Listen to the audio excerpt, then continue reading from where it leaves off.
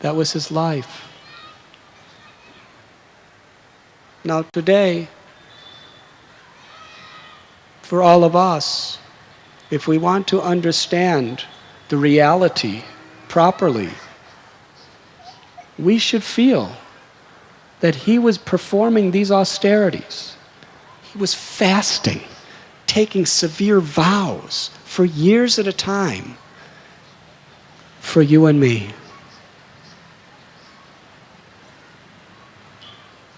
Because Advaita Prabhu is the all-pervading Lord.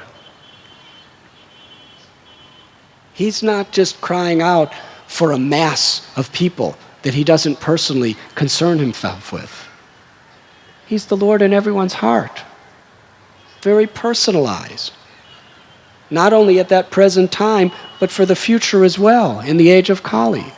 He was personally feeling the pangs of the sufferings of your soul and my soul.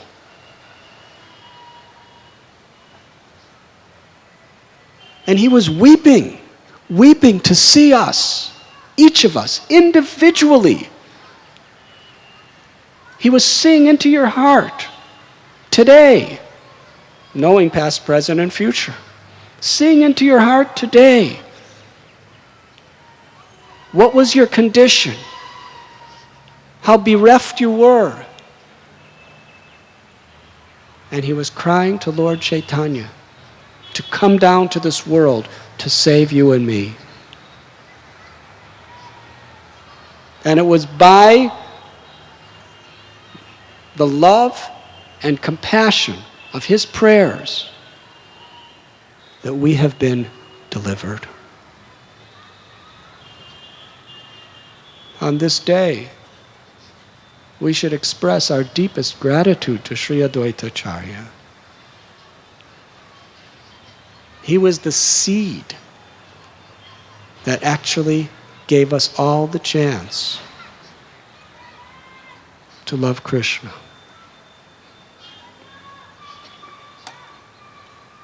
Yes, years passed, fasting, sacrifices, prayers, and millions of tears.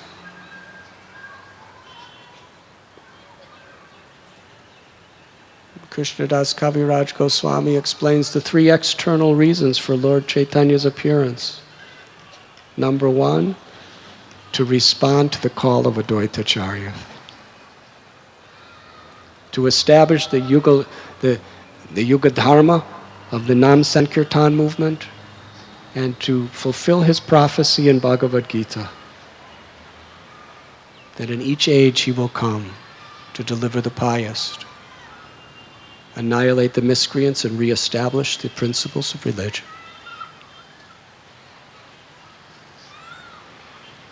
It's very interesting because our beloved Srila Prabhupada, he tells us that when he was young,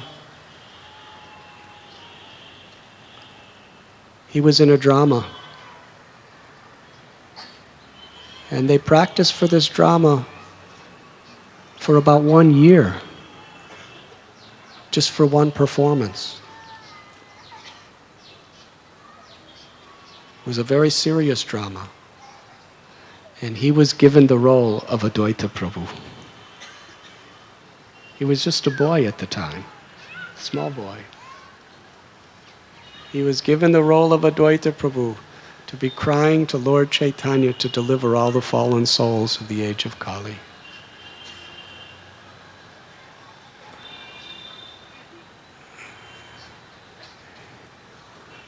I don't know what they call it in Bollywood, but it was a very, very perfect casting for that role. Because Srila Prabhupada's whole life would be to fulfill that same mission of Sri Advaita Prabhu.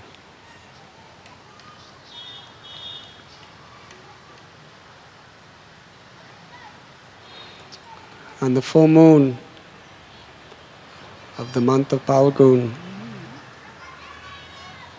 during a lunar eclipse,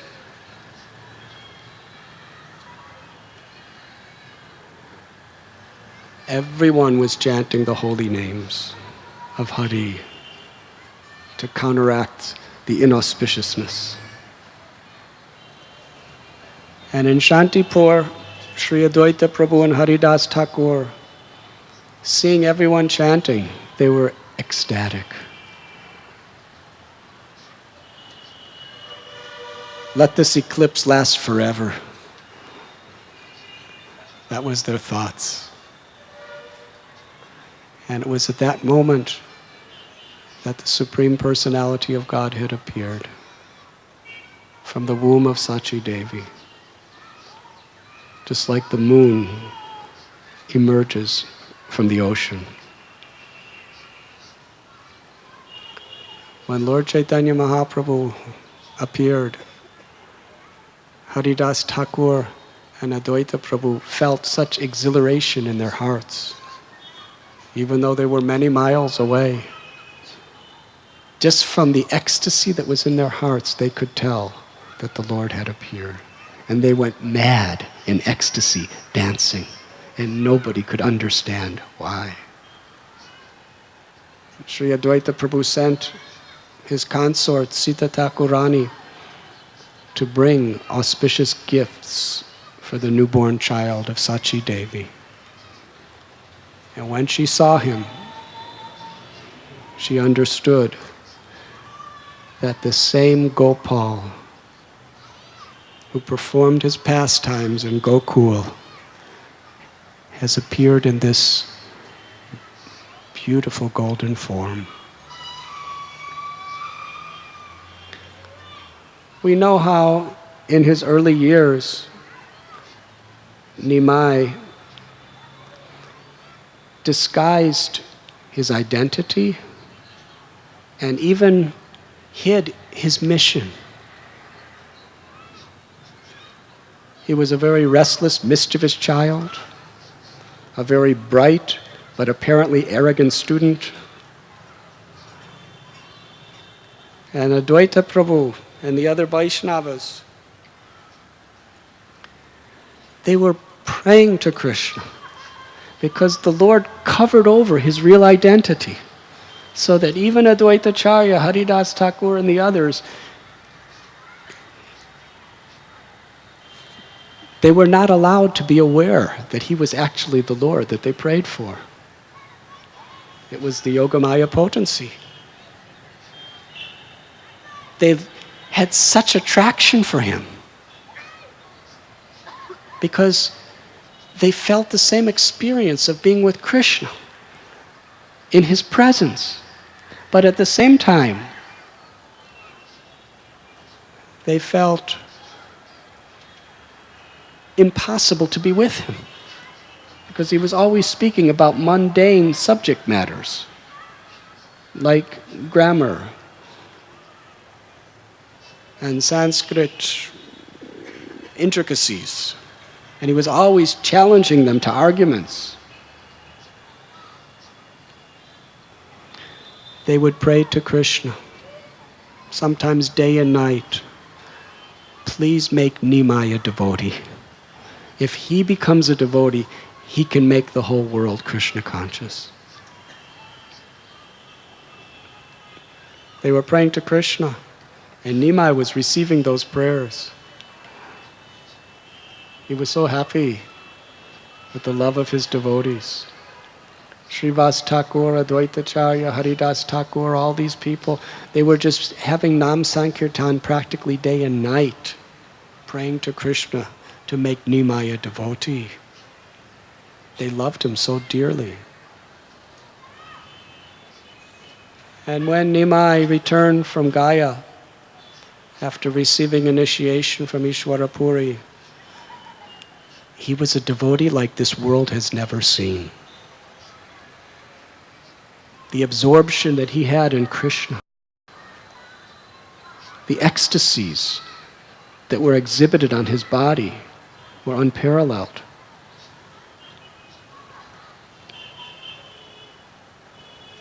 One day Gadadhar and Nimai went to Advaita's house, and Advaita was worshipping the Lord with Ganges water and tulsi leaves, raising his arms, loudly chanting the holy names.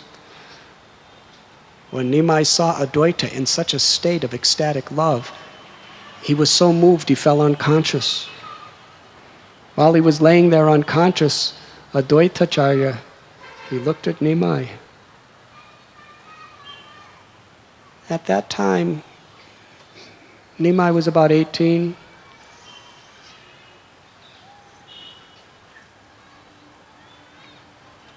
Advaita Acharya was about 70. He was 52 years older. And he brought all the paraphernalia of worship and began to offer it to Nimai, who was laying unconscious. He started putting sandalwood and tulsi on his lotus feet, offering beautiful prayers. Namo Brahmanya Devaya, Go Brahmana Hitaya, Cha Jagat Hitaya, Krishnaya, Govindaya, Namo Namaha. Taking dust from his feet, offering him flowers and frankincense and 5-pronged ghee lamps. And Gadadhar, who was Nimai's friend, he didn't know what was happening. He said, Advaita Prabhu,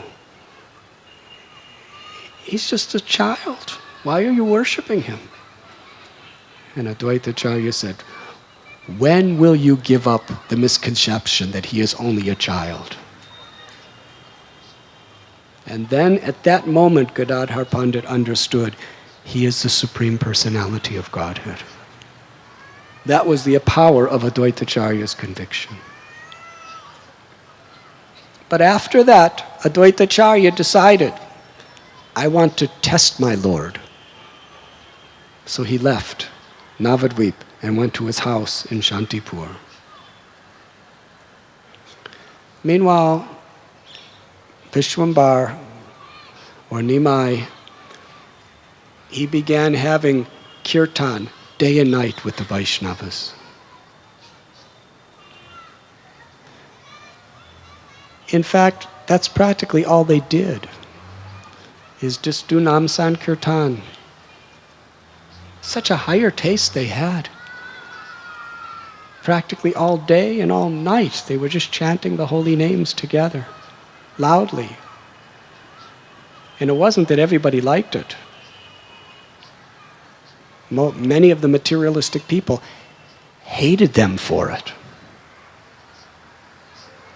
But they didn't care. They just went on chanting the holy names. Nityananda Prabhu came and joined the party.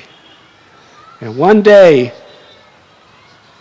Lord Chaitanya said to Ramai Pandit, go to Shantipur, to the house of Advaita, and give him this message. Tell him that that person who he prayed for, fasted for, endured great sacrifices for, cried millions of tears for, that that person has come to deliver the fallen souls of this age through promoting the congregational chanting of the holy names.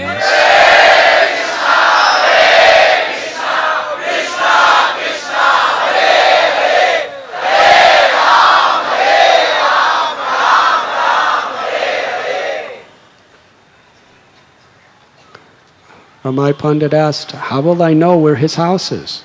He said, you just go, you will find it. So he walked from Sri Navadvip to Shantipur. And by Lord Chaitanya's mercy, he went directly to Sri Advaita Acharya's home. Advaita Acharya was immersed in worshipping the Lord when he saw Ramai Pandit. And he said, oh Ramai, you have come with a message for me? What is your message? Ramai Pandit said, I think you already know my message. He said, you have come to take me to meet that person in Navadvip? He said, yes, come, let's go right now. Advaita said, where in the scriptures does it say that the Supreme Personality of Godhead will take his birth in Navadvip to deliver all the fallen souls through the congregational chanting of the holy names.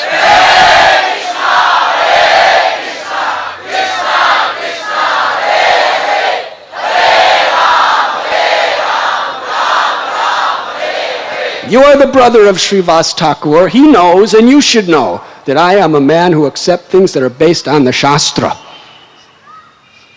Where does it say? Ramai Pandit remained silent.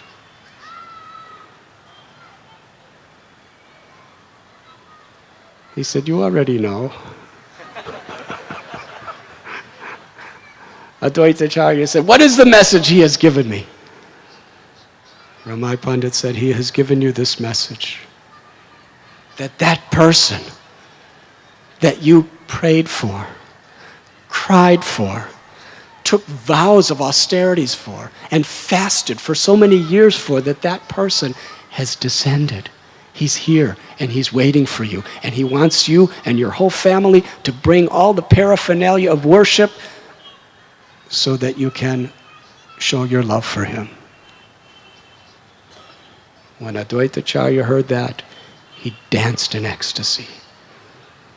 Sita Thakurani and Achyutananda, who was a boy, they wept in ecstasy. Immediately the whole family began to gather all the paraphernalia to worship the Lord and brought it to Navadvip.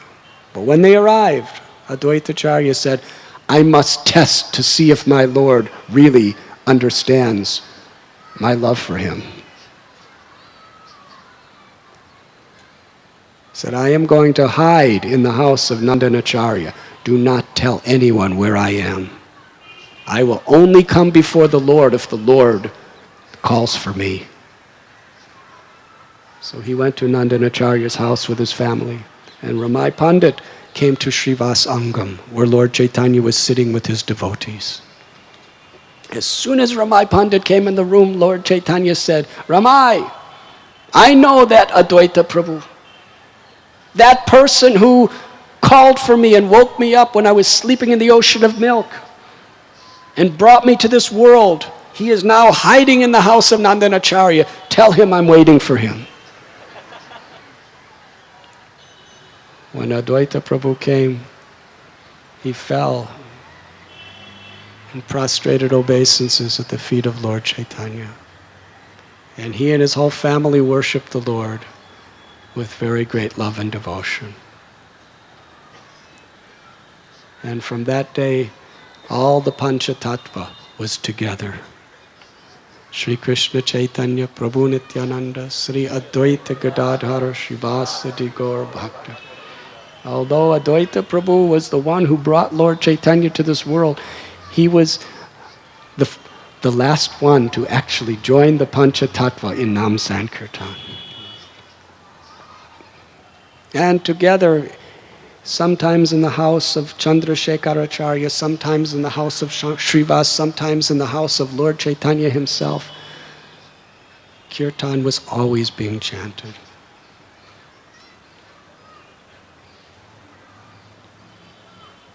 For a full year, they had their Nam Sankirtan all night and all day as well.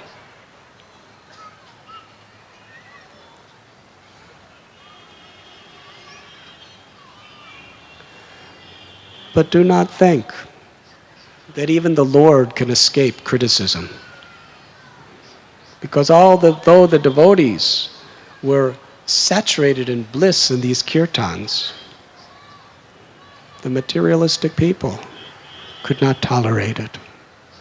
To them, it was just loud noise. And many of them were actually great scholars. Some of them were very wealthy people. Many were very, very prestigious Brahmins. But they were envious. The more Lord Chaitanya and his devotees gained popularity, the more they steamed with envy and became more and more vicious. They were spreading propaganda that in the house of Srivas there was horrible illicit activities going on. That they were taking drugs, they were drinking wine, they were seducing young virgin girls and bringing them in to have sex with them. This is what many powerful Brahmins were spreading around. Was there any trace or grain of truth to it? But they wanted to destroy the reputation of Lord Chaitanya and his associates.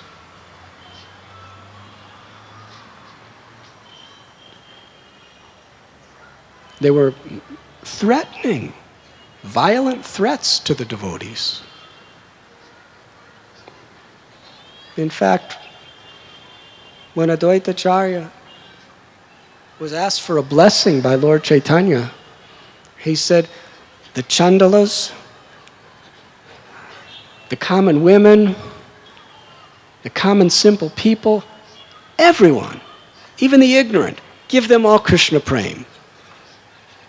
But these proud people, attached to their high education, their wealth, and their prestige, who blaspheme your devotees due to envy, let them go to hell. That was the benediction that Advaita Prabhu asked for. Of course, even that's mercy. So, one day, Nimai was going to Srivas's house, and some of these very envious Brahmins approached him and said, Nimai, do you know that so many people are envious of you? So many people hate you because of your loud chanting? You're creating so much disturbance. You're not even allowing people to sleep properly. Where in the scriptures does it say to do all these things? To dance around like madmen? In fact, they have already gone to the king to complain about you. And he's sending his soldiers to arrest you. The king wants to talk to you. Nimai said, that's very good. He said, I have been studying so many scriptures for so many years and nobody wants to talk to me. Now the king wants to talk to me. I'm taking this as a great opportunity. He said, he's a Muslim king. He hates you.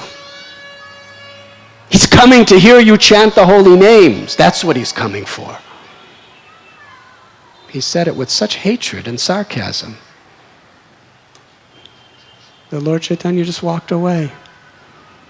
And he went into Srivasa's house and said to the devotees, I have just been associating with materialistic, envious atheists. Chant the holy name. Let us have kirtan. I need to be purified. So the kirtan began. And Lord Chaitanya Mahaprabhu, he started dancing. But then he stopped the kirtan. He said, due to my association with these people, I am not feeling the ecstasy of love of God in this kirtan today. I'm not feeling the ecstasy of love of God.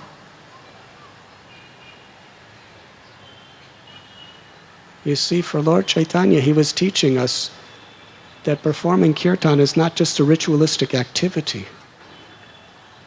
It's not something that we show off to others. It's not something we do simply because we're supposed to. It's the feeling, the experience of total absorption that really makes the kirtan great. He felt depressed because he was not absorbed in ecstatic love while chanting the holy names. He said, I do not feel anything. And Advaita Acharya, he took advantage of this situation. I'm going to go back a few days and then continue this story.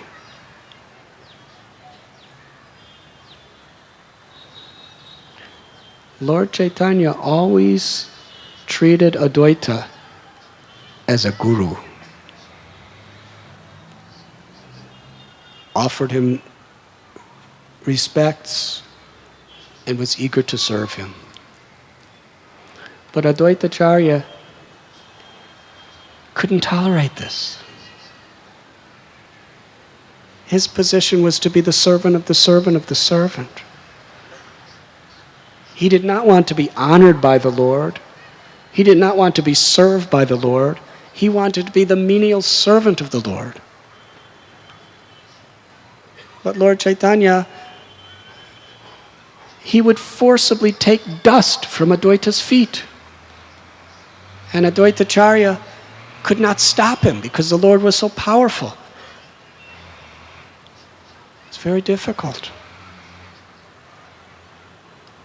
One time Lord Chaitanya Mahaprabhu, the kirtan was so ecstatic that he went into a swoon and fell unconscious. And at that time, Sri Advaita Prabhu took the opportunity to bathe his feet with his tears and take the dust from his feet and smear it on every part of his body. When Lord Chaitanya came up from his ecstasy, he began dancing again. He said, "I am not feeling ecstasy. Did anyone in this room touch my feet?"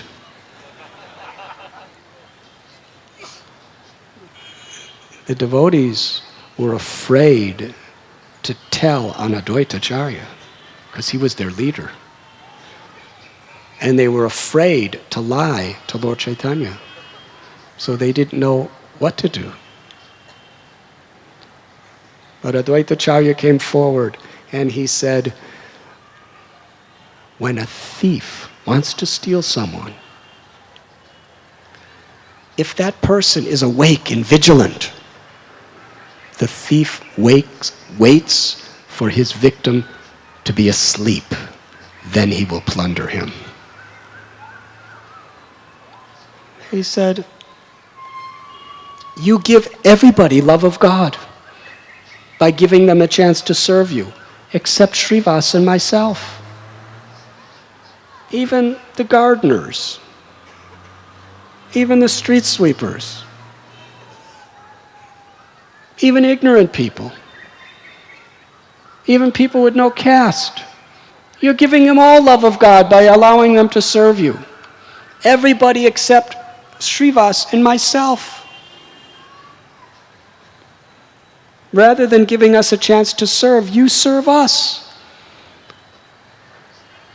Rather than giving us a chance to touch your feet, you touch our feet. Rather than giving us a chance to honor and respect you, you glorify us. Therefore, we are so unfortunate. Therefore, I have stolen it from you today.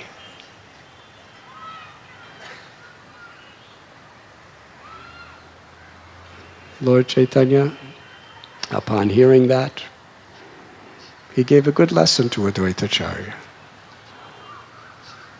He went and took the feet of Advaita and put it right on his head.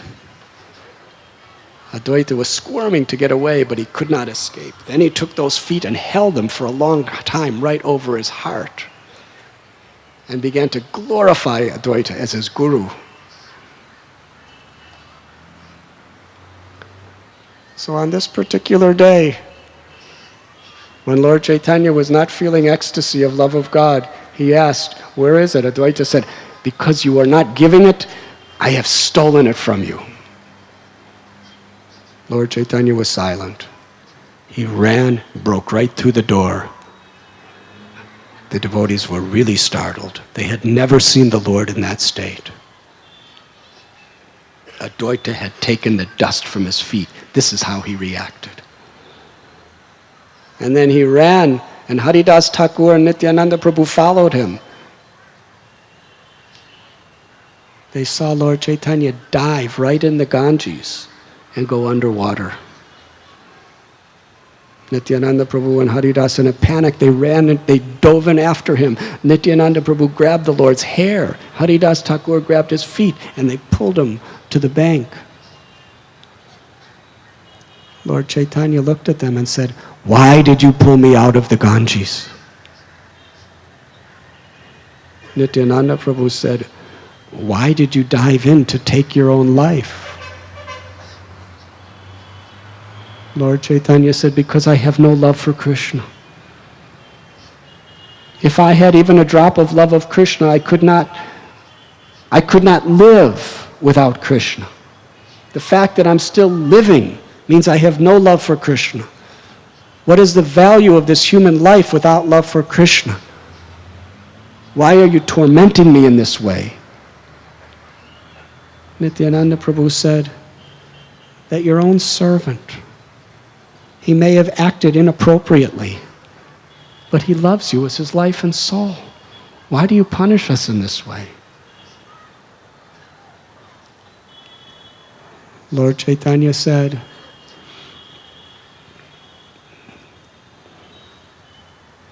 if you tell anyone that you have seen me, then you will never see me again.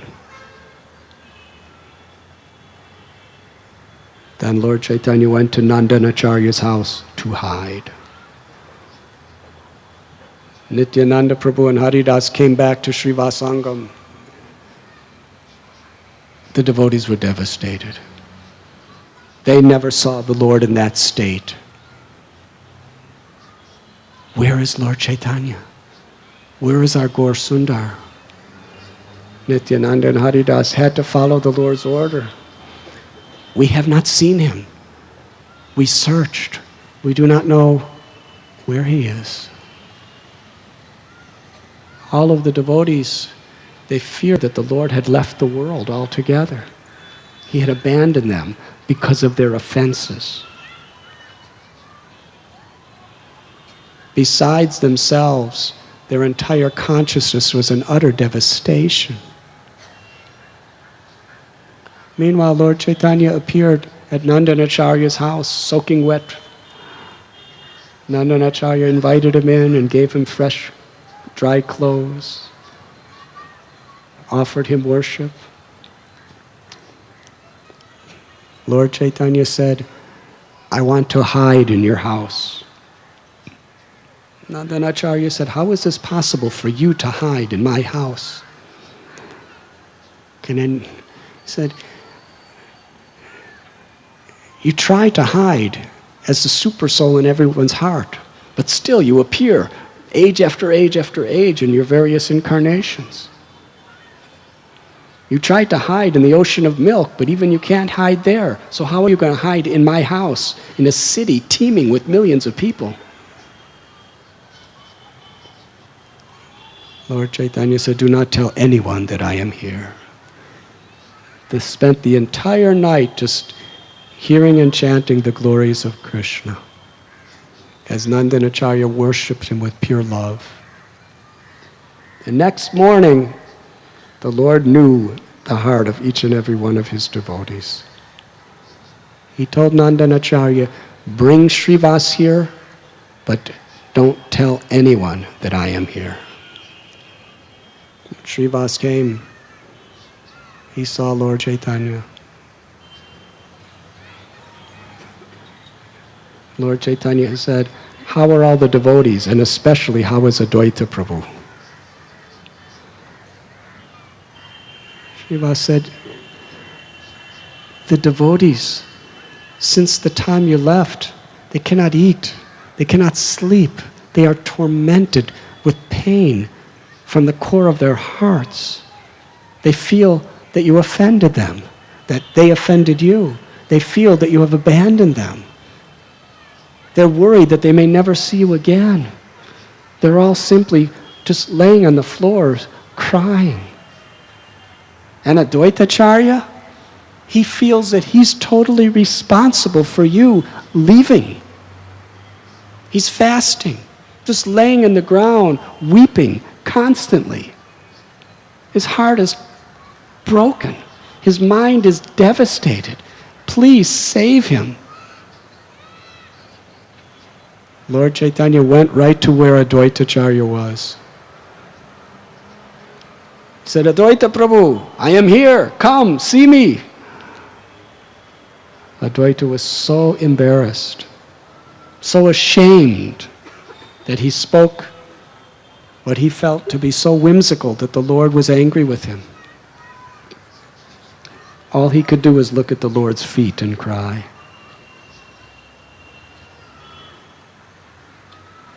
Lord Chaitanya said that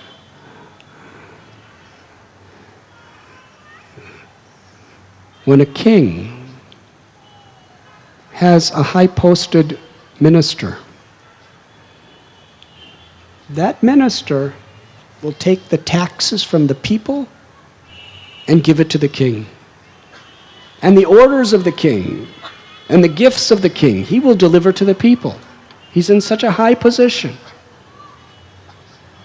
But if that minister engages in sinful activities or offends others, then the king will punish him. Why? Because he is the servant. So Advaita Prabhu, in my punishment, I have accepted you as my servant. Advaita Prabhu became ecstatic.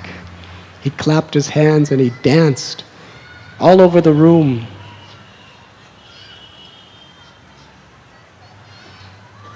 That was all he wanted, was to be the servant of the Lord. But then again, Lord Chaitanya Mahaprabhu honored him, worshipped him. And this was so painful to Advaita Prabhu that once and for all, he wanted to prove himself to be the servant by receiving the punishment of the Lord. Now, as devotees, we love to be praised, but we do not love to be punished. Because being punished is a demeaning position.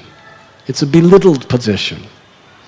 But this was Advaita Acharya's goal in life, to have this most menial position where he would be punished as a servant. But how to get that punishment? He schemed for many days and came to a conclusion by preaching impersonalism.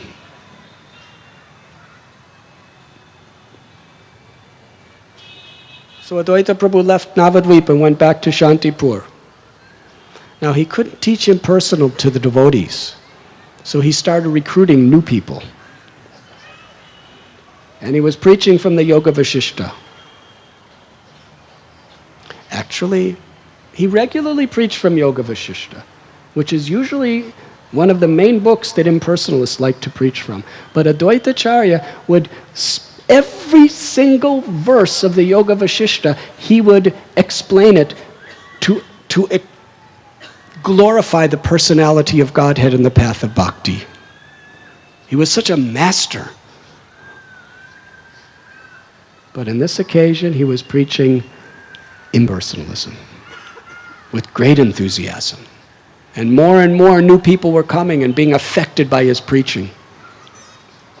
Haridas Thakur was watching it all, and he knew the heart of his best friend.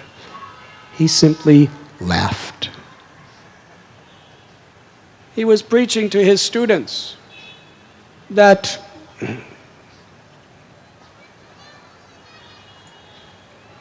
within the scriptures, Gyan, or empiric philosophical speculation, is the essence and the goal. And devotional service is subsidiary, dependent on Gyan. He said, it is like, devotional service is like a mirror, and speculative knowledge is like the eyes. What value is a mirror without eyes to see it? Hare Krishna. Therefore, I declare with all authority that the perfection of life can only be achieved through philosophical, deductive knowledge. And devotional service is only subordinate to that. He was getting more and more followers. This news came to Lord Chaitanya in Navadvip. He said to Nityananda Prabhu one day, let us go to Shantipur and visit Advaita Prabhu. They walked along the bank of the Ganges. In Lalitapur, they met that tantric sannyasi. And they jumped to the river and swam to Shantipur. Came out of the river, wet. They approached the house of Advaita Prabhu. Advaita Prabhu was just giving a lecture, sitting on a raised asana. When he saw Lord Chaitanya coming, he began to preach impersonalism, louder and more dynamic than ever before. Lord Chaitanya could not believe what he was hearing. He cried out, Advaita! What are you speaking? I have a question for you. Advaita was so empowered in his enthusiasm. He said, what is your question? He said, of the two, devotional service or speculative knowledge, which is superior? Advaita Prabhu, with a voice roaring like a lion, he cried out, of the two, speculative knowledge is always superior. Devotional service is always subordinate.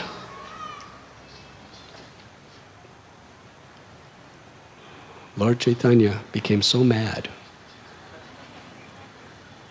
He ran up to the stage in front of all the students, in front of Advaita's own wife and son.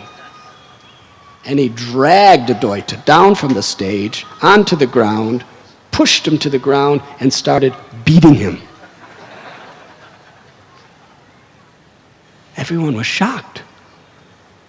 Haridas Thakur was shocked. Nityananda Prabhu was laughing. Sita, the wife of Advaita, was crying out, he's an old man, you're going to kill him. Please spare his life. He's just an old Brahmin. Don't beat him. The Lord Chaitanya did not hear a word she said. He just beat and beat and beat. And finally, he sat down and said, Nara, Advaita, what have you done? I was sleeping peacefully in the ocean of milk, and you brought me down to this world exclusively to fulfill the mission of spreading pure devotional service.